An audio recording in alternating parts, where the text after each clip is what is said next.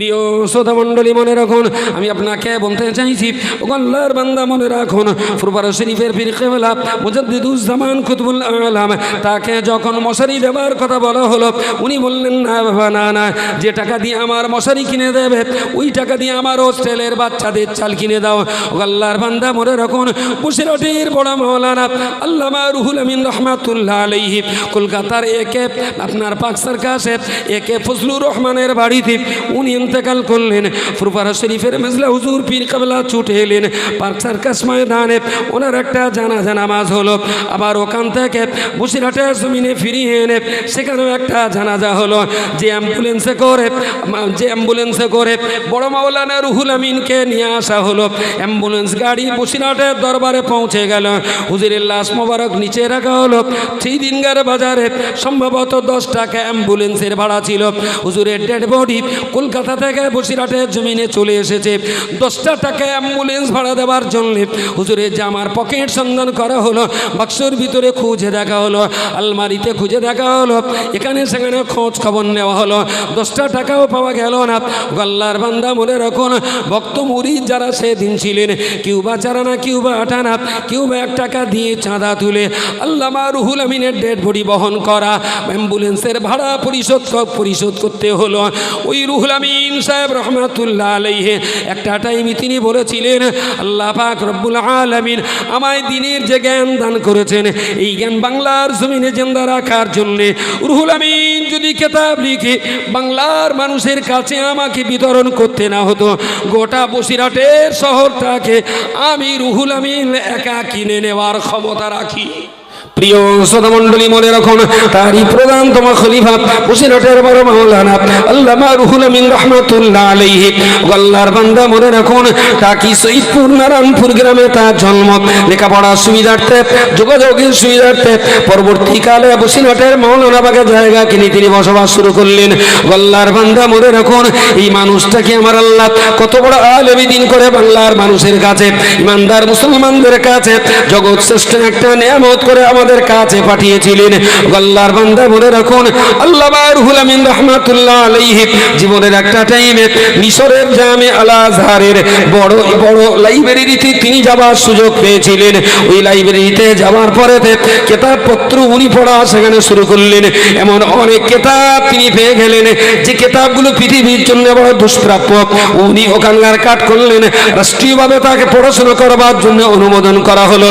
উনি ওখানে পড়াশোনা করবেন। লাইব্রেরি কর্তৃপক্ষের পক্ষ থেকে 2 বার 3 বার খাওয়া এবং টিফিনের ব্যবস্থা করা হলো। সময় মতো নামাজ কালাম সব কিছু তিনি তার ভিতরে সারবেন। ওই কিতাবগুলো তিনি পড়ছেন। তখনকার দিনে মোবাইলে ফটো তোলার ব্যবস্থা ছিল না, জেরক্সের ব্যবস্থা ছিল না। কঠিন দুষ্প্রাপ্য কিতাবগুলোকে উনি জীবনে একটা বারের জন্য দেখেছেন। ওই কিতাবগুলো যেগুলো এ বাংলার জমিনে পাওয়া যেত না, কাগজ কলম নিয়ে ওখানে বসে বসে তিনি কিতাবগুলো নিজাতে নকল করার চেষ্টা করছেন। একজন জিজ্ঞেস করে বললেন, ও মাওলানা, বলুন না, এই লেখাগুলো শুধুমাত্র আপনি লিখছেন, বাড়ি দেশে ফেরার পরে এই কিতাবকে আপনি আর মনে রাখতে পারবেন?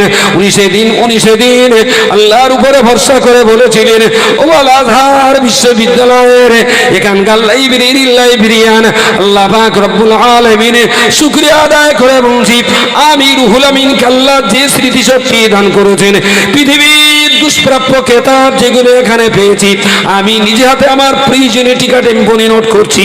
যতটা আমার লেখা হয়েছে, আমার লেখা কাগজগুলো আপনি আস্তে নিয়ে নিন, আর এক এক করে আমার জানতে পারেন আল্লাহ পাক রব্বুল আলামিন রুহুল আমিনের চোখ দিয়ে যে কিতাব আল্লাহ একটা বার দেখিয়ে দিয়েছেন, মরণ পর্যন্ত রুহুল আমিন কখনো সেই কিতাব ভুলে যাবে না। খাল দিয়ে হেঁটে গেছে, আকাশ দিয়ে উড়ে গেছে, এইসব বলে পীর পাকামি করার দিন শেষ। যোগ্যতা কি আছে সেইটা বের করে দেখা। ডাবে ফুদেছে ঝুনো নারকেল হয়ে গেছে, হিজড়ের মাথায় ফুদেছে মদ্দালক হয়ে গেছে, শুকনো খেতে ফুদেছে পানি হয়ে গেছে, ওসব ছাড়ে ভাই। কেতাবের পাতায় খোঁজ, দক্ষতায়, যোগ্যতায়, জ্ঞানে, গুণে, শিক্ষা এবং দীক্ষায় যদি যোগ্যতা থাকে, তবে তো তাই জাতির নেতৃত্ব দেওয়ার জন্য জায়গা দখল দিতে পারে। কে প্যান্ডেলের উপর দিয়ে হেঁটে হেঁটে উড়ে গেছে, ওসব ফোচকে আমাদের কাছে উঠিস নে, তুলিস নে। পানি দিয়ে হেঁটে গেলেও, শূন্য আকাশ দিয়ে উড়ে গেলেও তাকে পীর, অলি, গৌস, কুতুব বলাই যাবে না। সে জাদুকর হতে পারে। পিসি সরকার গামছার উপরে ধুলোবালি দিয়ে মুড়ি করে দেয়।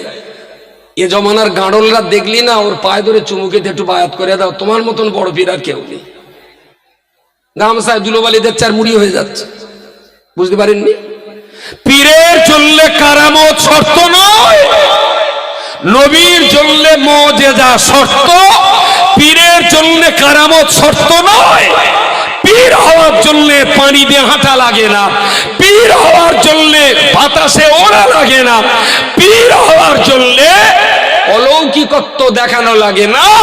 পীর হওয়ার জন্য শরিয়ত, তরিকাত, হাকিকত আর মারিফতের পূর্ণ আত্মবিকাশের জ্ঞান থাকাটা জরুরি। হিম্মত থাকে তো পশ্চিম দিক থেকে বেলা ওঠা পর্যন্ত টাইম দিল। পীরের জন্য কোনো অলৌকিক কারামত কোনো জরুরি নেই। তার কারামত, তার কেতাব। ইমামে আজম আবু হানিফাকে কেউ কখনো কিন্তু বলে না শাহ সুফি পীরে কামেল আবু হানিফা। আবু হানিফা হুজুরের নামে কখনো পীরে কামেল, পীরে কামেল। তো তাকে আমরা সবাই বলি ইমামে আজম, পীরে কামেল কেউ বলিনি। তো ওনার কাছে একজন মা তার এক বাচ্চাকে দিয়ে গেলেন যে আপনি জ্ঞানী গুণী বিচক্ষণ মানুষ, তো আপনি আপনি আপনি আমার এই বাচ্চাটাকে আপনার কাছে একটু লেখাপড়া শেখান। ভালো। সম্ভবত সন্দেহ হচ্ছে হয়তো ইমামে আজম হবেন, না হলে ইমাম গাজ্জালি হবেন। যাই হোক, বুড়ো হয়ে যাচ্ছে তো, ব্রেনের কমজোরি হচ্ছে। তো ঠিক আছে, ওই মা মাঝে মাঝে আসে, বাচ্চাটার খোঁজ নেয়, আবার যায়, আবার আসে, আবার যায়। 2-3 বছর পরে বলছে হুজুর আমি এতদিন আপনার কাছে আসছি কিন্তু আপনার কোনো কারামত দেখলুম না, তা আমার ছেলে আপনার কাছে লিখে লাভ হবে না, ছেলেটা যাবো। তাহলে তোমার ছেলে তুমি রাখতেও পারো, না যেতেও পারো, তা নিয়ে যাবে কেন? তা বলছে আপনাকে একটু পীর বলে মনে করিলাম, তাই ছেলেটা দিয়ে গেলাম। তাই এই জন্যে যে আমার ছেলেটা একদিন পীর হবে আর আমি পীরের মা হবো, কিন্তু আমার সে উদ্দেশ্য সফল হবে না, আমি কচি বাড়লে যাবো। তাই তেলে যাও, গুছিয়ে টুচিয়ে এনে চলে যাওয়ার সময় ইমাম সাহেব ডেকে জিজ্ঞেস করলো, আচ্ছা তুমি এতদিন এসছো, আমার কোনো কারামত তুমি দেখো নি? ভেরি গুড, তুমি তোমার বাচ্চা নিয়ে যাও, তবে একটা কথা কি জানতে পারি? বলে বলুন। বলছে তুমি এতদিন তো এসেছো, আমাকে দেখেছো, বুঝেছো, আমার কি কখনো সুন্নাতের খেলাফ কোনো কাজ করতে দেখেছো? সুন্নাতের খেলাফ? বলছে না। আপনি উজু করেন, তার ভিতরে সুন্নাত দেখেছি। মিসওয়াক করেন, উজু করেই আপনি 2 রাকাত তাহিয়াতুল ওযু নামাজ পড়েন, আপনি সুন্নত পুরো মাত্রায় মেনে চলেন। বললেন এটাই হলো আমার পীরত্বের কামালাতের সবচেয়ে বড় কারামত। আর এখন আজকে গোসল করে উজু করে, আর আগামীকাল উজু ভেঙে তাই আবার গোসল করে। 24 ঘন্টা পার হয়ে যাচ্ছে, উজু করা লাগে না, ওইভাবে সমান হয়ে যাচ্ছে। বুঝতে পারেননি? পীরে কামেল। প্রিয় শ্রোতা মণ্ডলী, মনে রাখুন আমি আপনাকে বলতে চাইছি মুজাদ্দিদুজ জামান কুতুবুল আলাম আলা হযরত আদা হুজুর পীর কামেল যেমন তিনি যোগ্য শিষ্য, যেমন তিনি যোগ্য মুর্শিদ, যেমন যোগ্য ছিলেন, তেমন তার যোগ্য শাগরেদ ছিলেন আল্লামা রুহুল আমিন রাহমাতুল্লাহ আলাইহি। ও আল্লাহর বান্দা, মনে রাখুন বসিরহাটের বড় মাওলানা সাহেব সম্পর্কে ছোট্ট ঘটনাটা আমি কিতাবে পড়িনি। কিতাবটার কথাটা আমি শুনেছিলাম বাঙর রঘুনাথপুরের বাড়ি মিসলা হুজুর পীর কামেল রাহমাতুল্লাহ আলাইহির পুষ্যপুত্র বলে পরিচিত ছিলেন। আজকের যুব সমাজ থেকে নাই বা চিনতে পারে। মেজ হুজুর কিবলার দরবারে তিলি তিলি তিনি বড় হয়েছেন। আমাদের কার্তিকপুর দেবঙ্গা কার্তিকপুর হাই স্কুলের আরবিক মাস্টার মশাই ছিলেন মরহুম মগফুর আলা হযরত মাওলানা আব্দুল খালেক সাহেব হুজুর রাহমাতুল্লাহ আলাইহি। তিনি ইন্তেকাল করেছেন। আমি তাকে অত্যন্ত কাছ থেকে চিনেছি।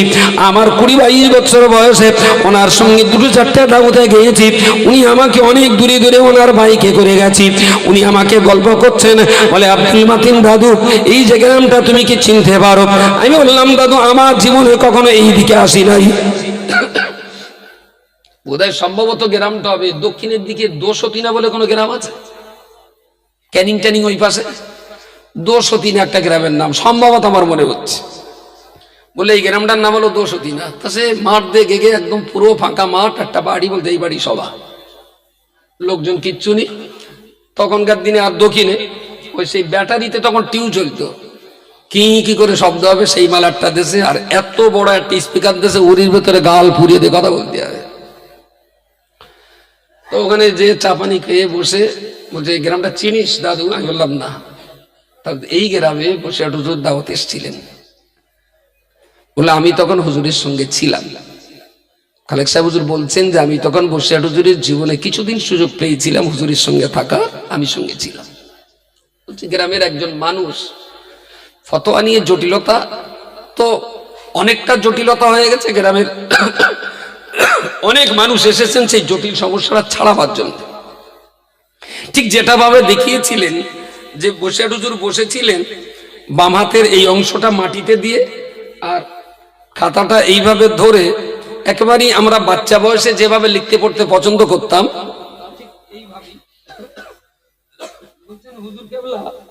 বসে হুজুর ঠিক এইভাবেই ন্যাঙ্গেড়ে বসে উনি কেতাব লিখছেন।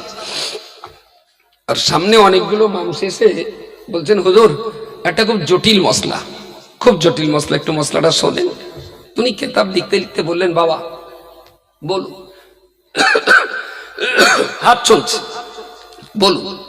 খানিক সময় পরে বলছে হুজুর মশলাটা কিন্তু অনেক আলেম মাওলানা সমাধান দিতে পারিনি, খুব জটিল, খুব জটিল, খুব জটিল। হুজুর মশলাটা প্লিজ আপনি একটু ভালোভাবে শুনুন।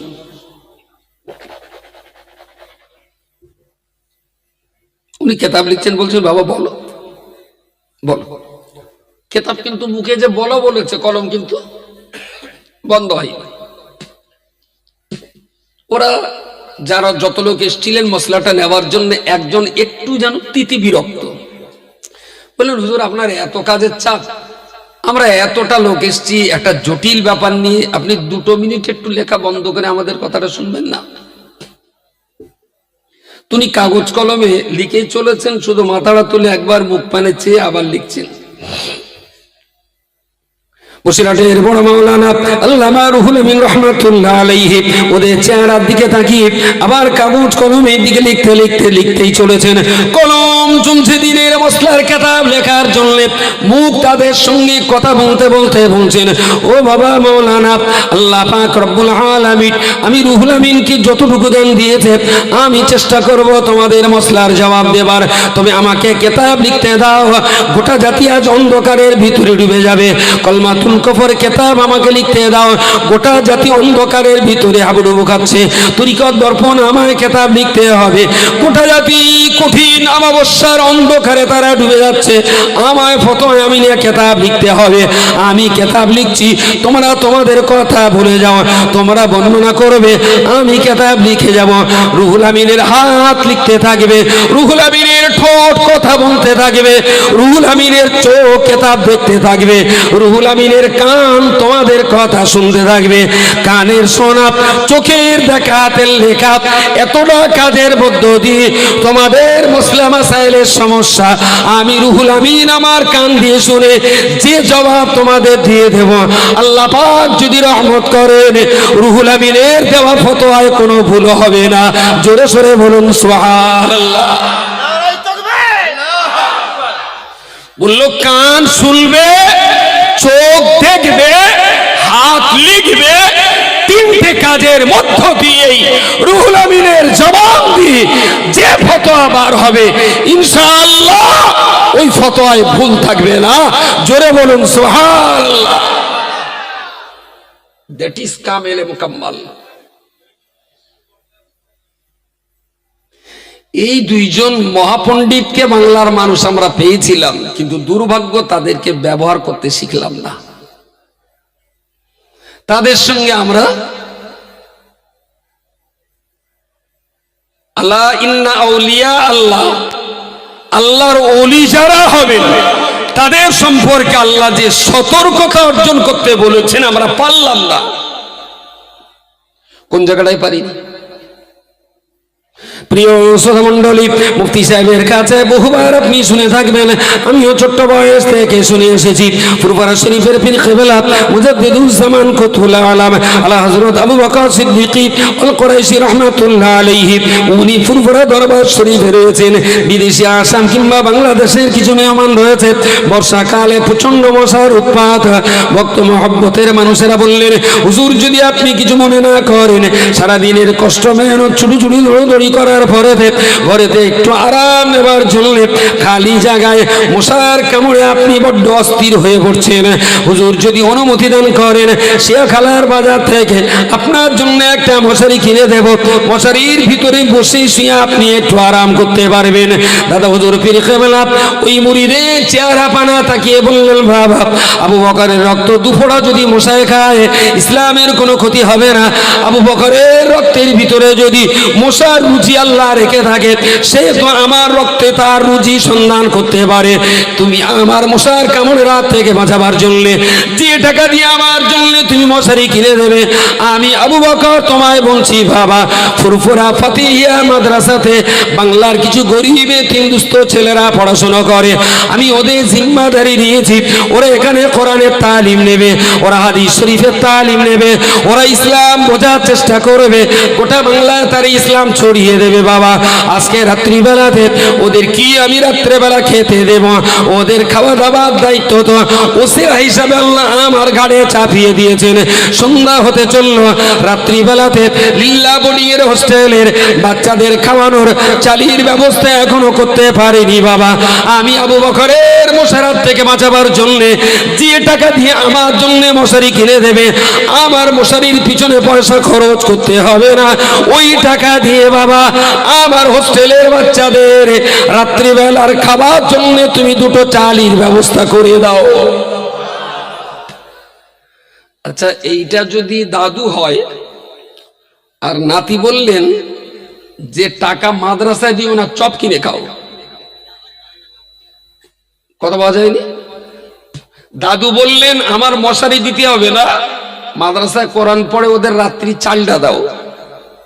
দাদু নাতি বলছে কোরআন হাদিস শেখানোর জায়গায় পয়সা দিতে হবে না, ওই টাকাতে চপ খাও, তাতে যদি পেটের দোষ হয় আমি ডাইজিন ট্যাবলেট কিনে দেবো। আচ্ছা দাদু আর নাতির একটু ফারাক হচ্ছে না, হয় না? দাদুর কাছ থেকে নাতি নেবেন না দাদুর কাছ থেকে নীতি নেবেন? দাদুর নাতি না দাদুর নীতি?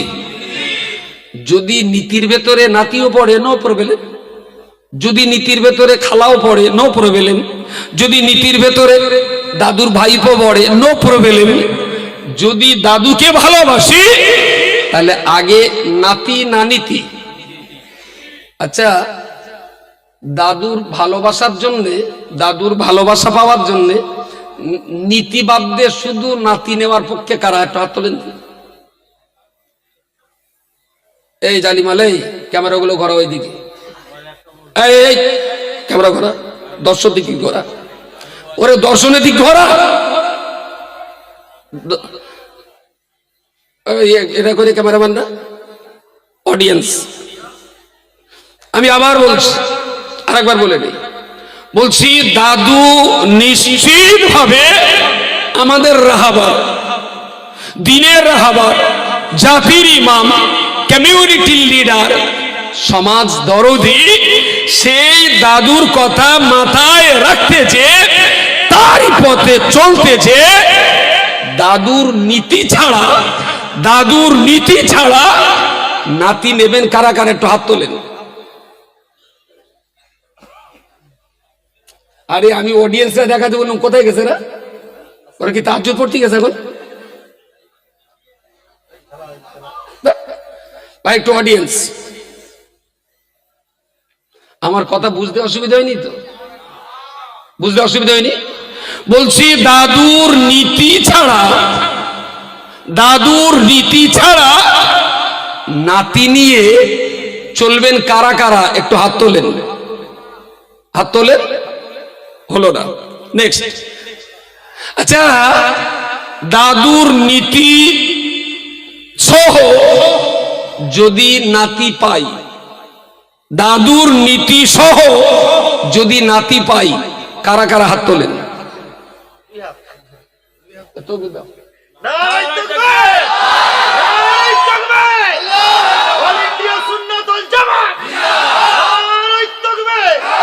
সিলসিলায়ে মুজাদ্দিদে জামান, সিলসিলায়ে মুজাদ্দিদে জামান আল্লামা রুহুল আমিন স্মৃতি জামিয়া রহমানিয়া, নারে তাকবীর। আতলাবান থার্ড, দাদুকে পাওয়ার জন্য নীতি আছে কিন্তু নাতি পাচ্ছি না, নীতি আছে কিন্তু নাতি পাচ্ছি না, নীতি সহ নাতি পাচ্ছি না। যদি নীতি সহ নাতি না পাই তখন দাদুরে পাওয়ার জন্য শুধু নীতি নিয়ে কারা কারা বাঁচতে চায় হাত তোলেন। শুধু নীতি, শুধু নীতি।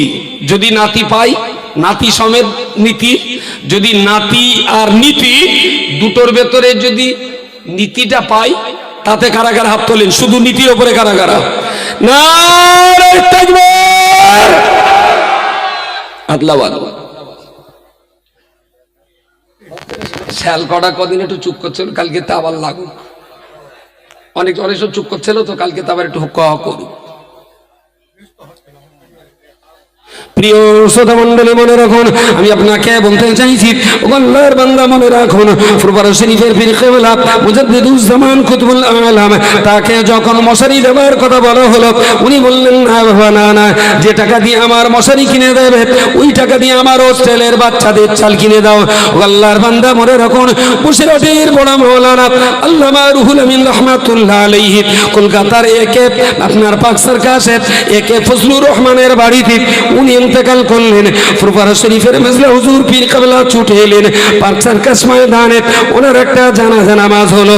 আবার ওখান থেকে বসিরহাটের জমিনে ফিরিয়ে এনে সেখানে একটা জানাজা হলো। যে অ্যাম্বুলেন্সে করে বড় মাওলানা রুহুল আমিনকে নিয়ে আসা হলো। অ্যাম্বুলেন্স গাড়ি বসিরহাটের দরবারে পৌঁছে গেল। হুজুরের লাশ মোবারক নিচে রাখা হলো। থ্রিদিনগার বাজারে সম্ভবত 10 টাকা অ্যাম্বুলেন্সের ভাড়া ছিল। হুজুরের ডেড বডি কলকাতা থেকে বসিরহাটের জমিনে চলে এসেছে। 10 টাকা অ্যাম্বুলেন্স ভাড়া দেওয়ার জন্য হুজুরের জামার পকেট সন্ধান করা হলো, বাক্সের ভিতরে খুঁজে দেখা হলো, আলমারিতে খুঁজে দেখা হলো, এখানে সেখানে খোঁজ খবর নেওয়া হলো, 10 টাকাও পাওয়া গেল না। আল্লাহর বান্দা মনে রাখুন, ভক্ত মুরিদ যারা সেদিন ছিলেন, কেউ বা চারানা, কেউ বা আটানা, কেউ বা 1 টাকা দিয়ে চাঁদা তুলে আল্লামা রুহুল আমিনের ডেড বডি বহন করা অ্যাম্বুলেন্সের ভাড়া পরিশোধ করতে হলো। ওই রুহুল আমিন সাহেব রহমাতুল্লাহ আলাইহি একটা টাইমে তিনি বলেছিলেন, আল্লাহ পাক রব্বুল আলামিন আমায় দ্বীনের যে জ্ঞান দান করেছেন, এই জ্ঞান বাংলার জমিনে জিন্দা রাখার জন্য রুহুল আমিন যদি কিতাব লিখে বাংলার মানুষের কাছে আমাকে বিতরণ করতে না হতো, গোটা বসিরহাটের শহরটাকে আমি রুহুল আমিন একা কিনে নেওয়ার ক্ষমতা রাখি। যে টাকা জীবনে রোজগার করেছি বসিরহাটের শহর আমি একা কিনে নিতে পারতাম। শুধু সেই টাকা দিয়ে সারা জীবন কিতাব লিখেছি, আর সেই কিতাব জাতির ঘরে ঘরে পৌঁছে দিয়েছি। খুব আবেগের সঙ্গে একবার তিনি বলেছিলেন, এমন কিতাব লিখে যাব বাংলার ঘরে ঘরে আলেম তৈরি হবে, আর আমার কিতাব যার ঘরে থাকবে আমি রুহানি অবস্থায় সেই ঘরে অবস্থান করব।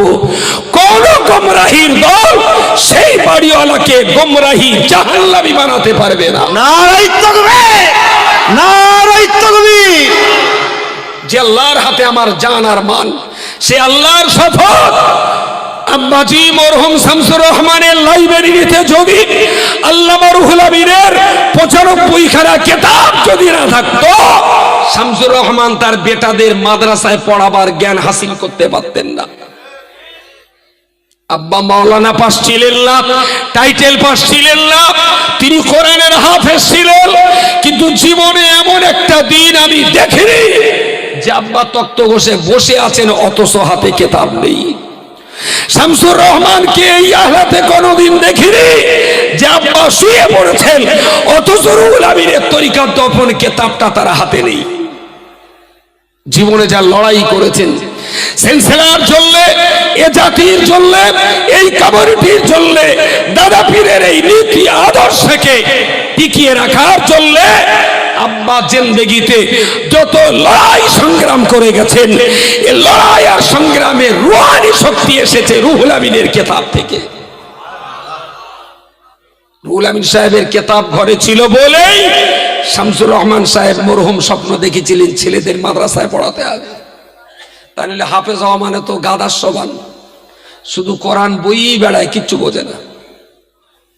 আবার হয়তো হুক্কা করবেন, দেখোস তো হাফেজদের গাদা বলে, খুব জ্বালা আমার। প্রিয় শ্রোতা মন্ডলী, মনে রাখুন, আজকে আমি আপনাকে বলতে চাইছি, আব্বা যে আমাদের মাদ্রাসায় দিয়েছেন, এটা আমি মনে করি বসিরহাট হুজুরের সেই কথার পুনরাবৃত্তি।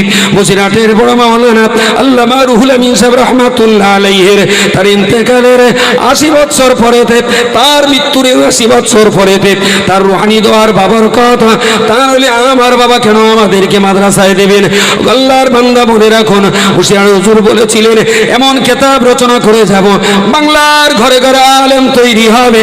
বসিরহাট হুজুরের কিতাব পড়ার কারণে আব্বাজি মুফতি সাহেবকে মাদ্রাসায় দিয়েছিলেন।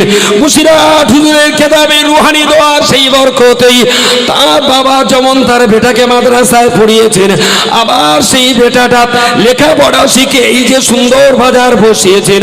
আল্লাহর পাক জাতের কসম করে বলছি, এ জামিয়া রহমানিয়া এটা অবশ্যই দাদা পীর আর বসিরহাট হুজুরের রুহানি দোয়ার ফসল। নারায়ে তাকবীর, নারায়ে তাকবীর। সুতরাং কেউ যদি হুইসেল মেরে টিটিট, কি ব্যাপার তোমার লাল কার্ড সেলসেলার বাইরে, টিটিট কি ব্যাপার তোমার হলুদ কার্ড সেলসেলার বাইরে, আরে বড়াব্বা আমি তোর রেফারি বলে মানবো, তারপর তোর বাসি লোবো। আমি তো তোর রেফারি বলে মানি নে, কেন তুই বাসি দিচ্ছিস খালু? প্লেয়াররা কথা শুনে রেফারি, মাঠের বাইরে থেকে কেউ বাঁশি দিলে সেই বাঁশি রেফারিরা। তুই কি আমার একেবারেই গান্ডু পেয়েছিস নাকি যে বাঁশি দিলি মাঠের বাইরে যাবো? শালা মাঠটা কি তোর নাকি? প্রিয় শ্রোতা মণ্ডলী, মনে রাখুন, আল্লামা রুহুল আমিন রাহমাতুল্লাহ আলাইহি তিনি তার কিতাবের ভিতর কিতাব দিয়ে জাতির জন্য যে খেদমত রচনা করে গেছেন। আল্লামা রুহুল আমিন রাহমাতুল্লাহ আলাইহি এত টাকা রোজগার করার পরে তার ডেড বডি বহন করবার জন্য 10টা টাকাও তিনি রেখে ইন্তেকাল করতে পারেননি। এত টাকা রোজগার করার পরে দাদা হুজুর পীর কেবলা রাহমাতুল্লাহ আলাইহিকে দেওয়ার জন্য বলেছিলেন মশারি। উনি বললেন না, আমার দিতে হবে না, আমার রক্ত মশায় খেলে ইসলাম ক্ষতিগ্রস্ত হবে না, কিন্তু ইলমে দ্বীন যদি চর্চা বন্ধ হয়ে যায় ইসলাম বড় হোঁচট খাবে, বড় আঘাত খাবে। তাই আমার পিছনে টাকা খরচা করে মশারি কিনতে হবে না, বরং ওই টাকা দিয়ে আমার লিল্লা বোর্ডিং এ তোমরা 10 কেজি চালির ব্যবস্থা করে দাও। আল্লাহর বান্দা, আমি আপনাকে বলতে চাইছি ফুরফুরা পীর সাহেব কেবলা তিনি তার ব্যক্তি স্বার্থ রক্ষা করতে চাননি, জাতি স্বার্থের জন্য জীবন কোরবানি দিয়েছেন। বসিরহাটের বড় মাওলানা সাহেব তিনিও তার ব্যক্তি স্বার্থ রক্ষা করতে চাননি, জাতীয় স্বার্থেই খালি হাতে খবরে চলে গেছেন। আল্লাহর বান্দা, মনে রাখুন, এই দুইজন মহাপণ্ডিত আমাদের সমাজ থেকে বিদায় নিয়েছেন, কিন্তু আমরা তাদের কিতাবের ভিতরে, তাদের জীবনী কিতাবের ভিতরে, ফতোয়া ফরাজের কিতাবের ভিতরে আজ আমরা দাদা হুজুর বসিরহাট আল্লামা রাহমাতুল্লাহ আলাইহি কিতাবের ভিতরে জ্ঞানীর অন্তর্চক্ষু দিয়ে দাদা হুজুর বসিরহাট হুজুরকে আজ আমরা কলবির ভিতরে তাদেরকে জিন্দা দেখতে পাই।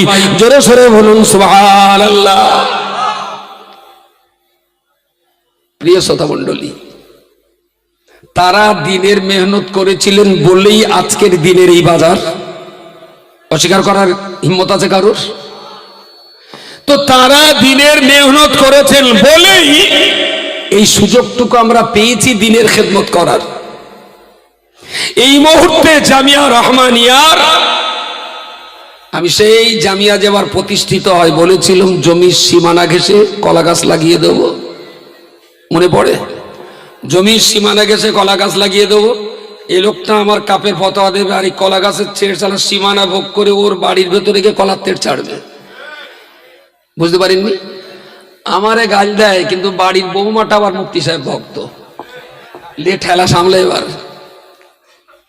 এখন জামিয়া ছাত্ররা তারা কুচবিহার জামে মসজিদের ইমাম, জামিয়ার স্টুডেন্ট, দক্ষিণ দিনাজপুরের ইমাম, জামিয়ার স্টুডেন্ট, কাকদ্বীপের মুসলিম লিডার, জামিয়ার স্টুডেন্ট, বারুইপুর মসজিদের ইমাম, জামিয়ার স্টুডেন্ট, হাওড়া জেলা মসজিদের লিডার, জামিয়ার স্টুডেন্ট, বাঁকুড়া জামে মসজিদের লিডার, জামিয়ার স্টুডেন্ট, বাংলাদেশ সীমান্তবর্তী এলাকার মসজিদের মুসলমানদের লিডার, জামিয়ার কলা গাছের তেড় গোটা বাংলা যখন ছেয়ে গিয়েছে, শামসিকার তখন বিশাল মাথা খারাপ, বাস করবো কোথায়? ঠিক এই জায়গায় দাঁড়িয়ে খুব ক্লিয়ার কাট কথা বলছি, এই জায়গাটায় দাঁড়িয়ে অন্যেরা যত বেশি রাসূলুল্লাহকে অপমান করার চেষ্টা করেছিলেন, প্রত্যেকবারেই ওরা একটা করে কাঠি মেরেছে, নবীর একটা করে মুআজিজা বহিঃপ্রকাশ ঘটেছে। সুবহানাল্লাহ বলেন। রাসূলুল্লাহর একটা করে মুআজিজা প্রকাশ পেয়েছে, মুআজিজা প্রকাশ পেয়েছে। আমি বলছি জামিয়ার পিছনে যত কাঠি মারবি, জামিয়ার মুআজিজা একটা করে তত দেখবি, যত কাঠি মারবে তত লাভ হবে। সেই জন্য বলেছিলাম সুযোগ পেলে ওদের আন্ডার প্যান্ট, গেঞ্জি, লুঙ্গি, গামছা দেবো, কিন্তু সুযোগ পাচ্ছি না। কারোর সঙ্গে যদি সুযোগ হয় একটু দিয়ে দেবেন, আমি খরচা দিয়ে দেবো। আর ভেবের বাটা সন্দেহ যদি পান সভা চেক দেবেন, স্বামী স্ত্রী খেতে খুব ভালো লাগে, একটু দিয়ে দেবেন। প্রিয় শ্রোতা মণ্ডলী, মনে রাখুন, এতটা কথা বলার পরে এবারে আপনাদেরকে বলতে চাইছি যে জামিয়া আমাদের হৃৎপিণ্ড, জ্ঞানের একটা প্রাণকেন্দ্র, সিলসিলায়ে ফুরফুরা শরীফের গোটা বাংলার ভিতরে ইলমে হাদিস চর্চা করবার, ইলমে তাফসীর চর্চা করবার, উসুলে হাদিস চর্চা করবার, আকায়েদ চর্চা করবার একটা বিশেষ প্রাণকেন্দ্রে যখন পরিণত হয়েছে, এই জামিয়াকে সুরক্ষা দেওয়ার জন্য শুধুমাত্র আমরা আল্লাহর উপরে ভরসা করি, কেবলমাত্র আল্লাহর উপরে ভরসা করি, একমাত্র আল্লাহর উপর আমরা ভরসা করি, আমরা আল্লাহ ছাড়া আর কাউকে পরোয়া করি না। তবে সঙ্গে এটাও মনে রাখতে হবে, মিম্মা রাযাকনাহুম ইনফিকুন, ঈমানদার তো তারাই, ঈমানদার বান্দা তো তারাই, স্বয়ং আল্লাহ পাক রব্বুল আলামিন তিনি তো কোরআনের ভিতরে বলেছেন, মিম্মা রাযাকনাহুম ইনফিকুন, আল্লাহ প্রদত্ত রুটি রুজি থেকে যারা দ্বীনের পথে ব্যয় করে, ইসলামের জন্য ব্যয় করে, তারাই তো প্রকৃত অর্থে ঈমানদার। ও আল্লাহর বান্দা, মনে রাখুন, দাদা পীর কেবলা মশারি কিনতে বলেননি, বলেছেন আমার যে টাকার মশারি কিনবে ওই টাকা দিয়ে আমার হোস্টেলের বাচ্চাদের চালির ব্যবস্থা করে দাও। বসে আল্লাহ ইন্তেকাল করলেন, গাঁঠির টাকা দিয়ে তার ডেড বডির ভাড়া দেওয়া সম্ভবপর হলো না। এত টাকার মালিক হওয়ার পরেও সর্বস্ব হারিয়ে তারা খালি হাতে কবরে গেছেন। তবে আমাদের চোখের অন্তরালে নিশ্চিত আল্লাহ পাক রব্বুল আলামিন জান্নাতের সুখ শান্তি নাজ নেয়ামত তাদের কবরে আমার আল্লাহ জারি রেখে দিয়েছেন। জোরে সোরে বলুন সুবহানাল্লাহ। এতটা মানুষ দ্বিতীয় দিনের গান অধিবেশনে এতটা মানুষ হয়েছেন, মুফতি সাহেবের শারীরিকভাবে বড্ড অসুস্থ মানুষ, এই বিরাট দায়ভারের বোঝা তার ঘাড়ে আমরা চাপিয়ে দিয়েছি। আল্লাহর বান্দা, দূর দূরান্ত থেকে যতটা পারি সাইড থেকে আমরা সহযোগিতা করার চেষ্টা করি, তবে মেনলি পূর্ণ টেনশনটা তাকেই বহন করতে হয়। আল্লাহ পাক রব্বুল আলামিন তার হায়াত কিসমতকে দারাজ করে দিন, সেই হাতে কুল্লি আল্লাহ নসিব করে দিন। কম বেশি 100 বছর হায়াত দিয়ে আল্লাহ পাক মুফতি সাহেবের দ্বারাতে ইলমে দ্বীনের এই বিরাট খেদমতকে আল্লাহ পাক যেন কবুল করেন। জোরে সোরে বলুন আল্লাহুম্মা আমিন। এরা আমার বিরাট চাইতে জুলুকে 100 বছর বেঁচে থাক। আপনার কি মনে হয় কালকে দিক বললি ভালো হয়? 100 বছর বাঁচুক। আরে মালিকের কাছে চাইতে তো হবে, তো কম কম চাবো কেন? বুঝতে পারেননি? সব সময় বেশি বেশি।